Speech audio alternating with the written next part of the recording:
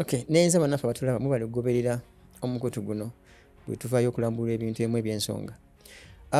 Leero njagadde okutandikira ku omu ku banene mu gavumenti ya NRM nga ensibuko ye n'obuvo bwe ye Rwanda oba naye nga yeetagwa mu baana ba revolution eya 1959 ye ate nga baddamuuko nga mwenna bwe mumanyi omukulu bamuyita Moses Kigongo.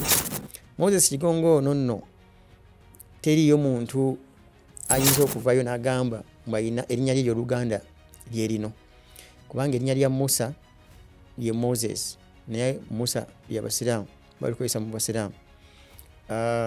Kigongo ye muntu abalongo kwe badda, so in particular Haji Moses Kigongo talina linnya ddala limanyiddwa nti era nga bwe namenya nti waliwo Abanyarwanda ebifo bimu abedde ennyo bwe batuukira naddala nnyo eyo Zigomba Butambala awo wonna of course neziguleta Masaka ne guleta Mpigi nga ebyalinga ebiseera ebyo. Era oyo omwami mukulu Kigongo taata we yali omu ku bantu abedda abaali wano era nga si mu bubi ng'era abantu abasinga obungi abavanga gye baava okujja okukolera mu Buganda, era n'Abaganda ekigambo okupakasa nga litwale tebakiyina, kyali ekigambo kya bantu basibuka enjuyi ziri ez'e Rwanda nga bo ekigambo kibeera ogupakasa. Kati nga bwera omukozi oba mwe muyita omupakasi, Abaganda gwe bayita omupakasi ne bakijjako gupakasa kupakasa. Era amanyi agamanyiddwa mu Buganda aga defininga nga omuntu ow'ekikula bwe kityo oba omuntu alina waakolera yabeeranga omukozi oba omuddu. Omuddu nga ye muntu akolerera obwereere atasasulwa naye nga akolera lwa buwaze ye muddu, then omulala nakola okusasulwa abeera mukozi. So okupakasa kiva mu gupakasa eky'Abanyarwanda. Naye bwe tudda ku Muzeeyi Kigongo ne muzeeyi we yali katugezi kakikwesenga bwe kiri omupakasi ng'atambulanga ne bulangiti buli yagendanga okukola. So buli yagendanga abantu bambi ne bulangiti ye ng'omuntu era anoonya okubeezaawo famire ye. Abaganda ba kuno ne bamujereegerera mbu ye kana akasajja ka bulangiti nga buli wadda. Kati bwe yafuna ssente gavumenti ya mukulu Museveni ne banne bawambye n'atandika kampani ya bbaasi era n'agiyita Bulangiti Coach. Awo okwagala okubamalamu amampaati bano abaalinga bajerega muzeeyi we. Kati nga bannaffe bazenga batubuuza okwongera okubalambulirira at least mbunteekeko ka intro ako.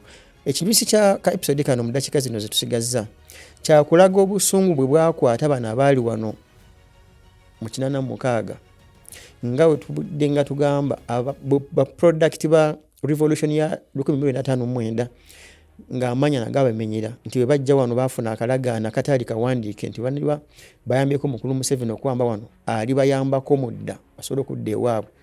Era gurupu eyo ekiro kya 31 1990 esimbula okuva mu barracks ez'enjawulo.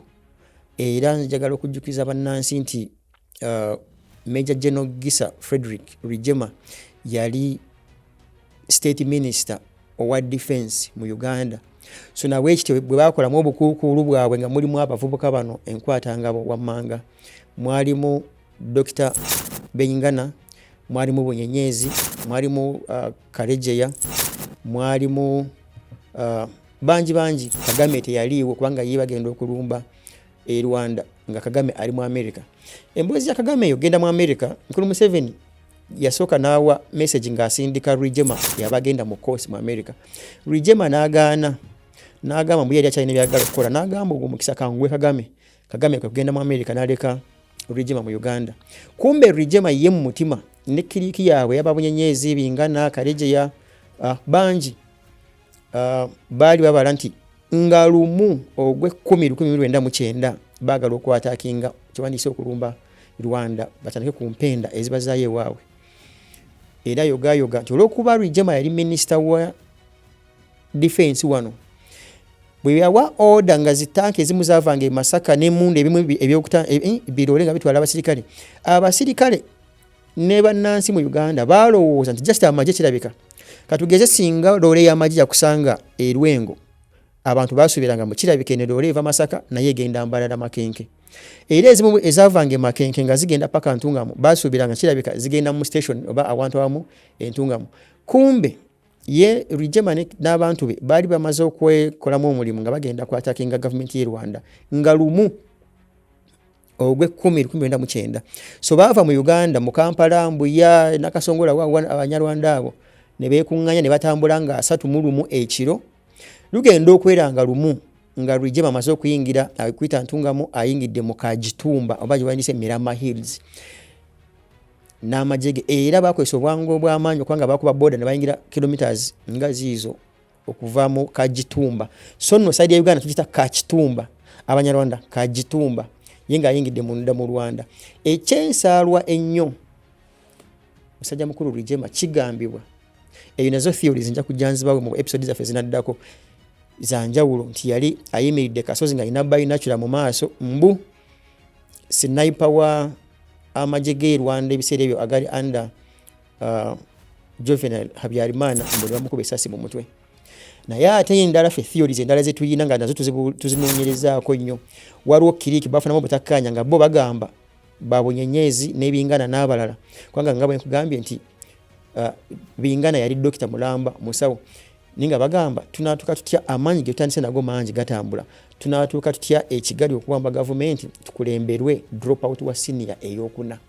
Ne bafuna obutakkanya mu meeting, omu ku bo gwe nnyinza okumenya mu episode n'abezeeko najja pisto ne Tirani Gisa Frederick Rwigema bw'amutta n'wabeerawo ensasage y'amaanyi. Era bengana ne bunyenyezi n'abalala ne batekinga charge naye ne bakweka okuttibwakwe. Era mukulu Museveni akimanya luvannyuma, naye akimanya atya oluvuvu mwatandika okutambula kubanga mulimu yali driver wa Rwigema atoloka avaayo, ninja munyonyola mu episode eddako. Naye baba bakyali mukulu Museveni bano bagenda okukuba Kagitumba ku approaching Rwanda. Mukulu Museveni yali mu lukiiko lwa UN e New York.